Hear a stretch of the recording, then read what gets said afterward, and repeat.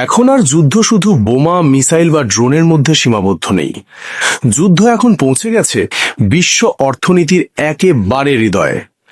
Iran এমন এক জায়গায় আঘাত করেছে যেখানে আঘাত লাগলে কেঁপে উঠতে পারে পুরো পৃথিবী। প্রশ্ন একটাই, ডলারের বিরুদ্ধে কি সত্যিই যুদ্ধ শুরু হয়েছে?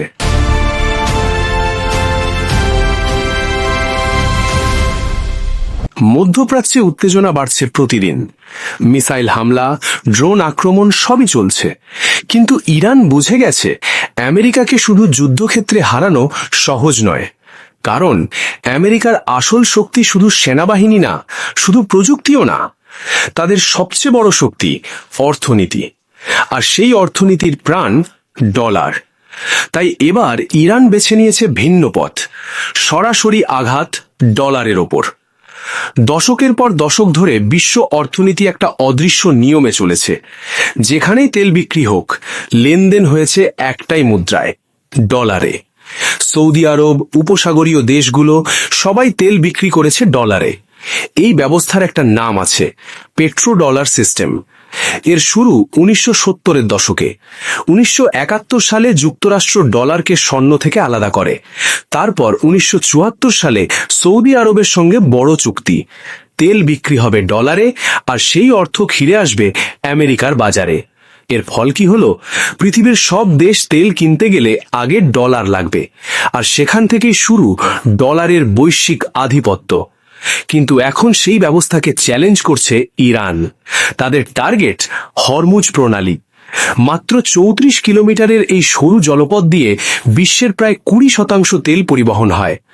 প্রতিদিন প্রায় 20 মিলিয়ন ব্যারেল তেল যায় এই পথ দিয়ে। ভাবুন, পৃথিবীর প্রতি 5 ব্যারেল তেলের 1 ব্যারেল এই এক পথেই যাচ্ছে। এবার এখানেই ইরানের নতুন চাল। যারা চীনা মুদ্রায় ইউয়ানে লেনদেন করবে, তাদেরই চলাচলের সুযোগ দেয়া হতে পারে। শুনতে ছোট মনে হলেও এর প্রভাব হতে পারে বিশাল। কারণ এতদিন তেলের বাজার ছিল ডলারের নিয়ন্ত্রণে, কিন্তু যদি তেলের লেনদেন ইউয়ানে শুরু হয়, ধীরে ধীরে দুর্বল হতে পারে ডলারের একচেটিয়া আধিপত্য। এটা ঠিক একটা বাঁধে ফাটল ধরার মতো। শুরুতে ছোট, কিন্তু সময়ের সঙ্গে সঙ্গে সেই ফাটল বড় হয়। রাশিয়া ইতিমধ্যে বিকল্প পথে গেছে। চীন দীর্ঘদিন ধরে ইউয়ানকে আন্তর্জাতিক করতে চাইছে, আর এখন ইরান সেই গতি আরও বাড়াচ্ছে। আজকের পৃথিবীতে সবচেয়ে বেশি তেল কিনছে চীন। ভারতও দ্রুত এগিয়ে আসছে। মানে তেলের বাজারের কেন্দ্র পশ্চিম থেকে সরে চলে যাচ্ছে এশিয়ায়। ইতিহাস বলছে, যখন শক্তির কেন্দ্র বদলায়, তখন মুদ্রাও বদলায়। একসময় লন্ডন ছিল কেন্দ্র, তারপর নিউ ইয়র্ক। এখন কি নতুন পরিবর্তনের সময়? বিশ্লেষকরা বলছেন ডলার হঠাৎ ভেঙে পড়বে না, কিন্তু যদি এই অর্থনৈতিক চাপ বাড়তে থাকে, বিশ্ব যেতে পারে এক নতুন ব্যবস্থায়, যেখানে শুধু ডলার নয়, ইউয়ান, ইউরো সবাই থাকবে খেলায়। শেষ প্রশ্নটা তাই, এই যুদ্ধ কি শুধু অস্ত্রের, নাকি এটি এক নতুন অর্থনৈতিক যুদ্ধ যেখানে টার্গেট ডলার নিজেই?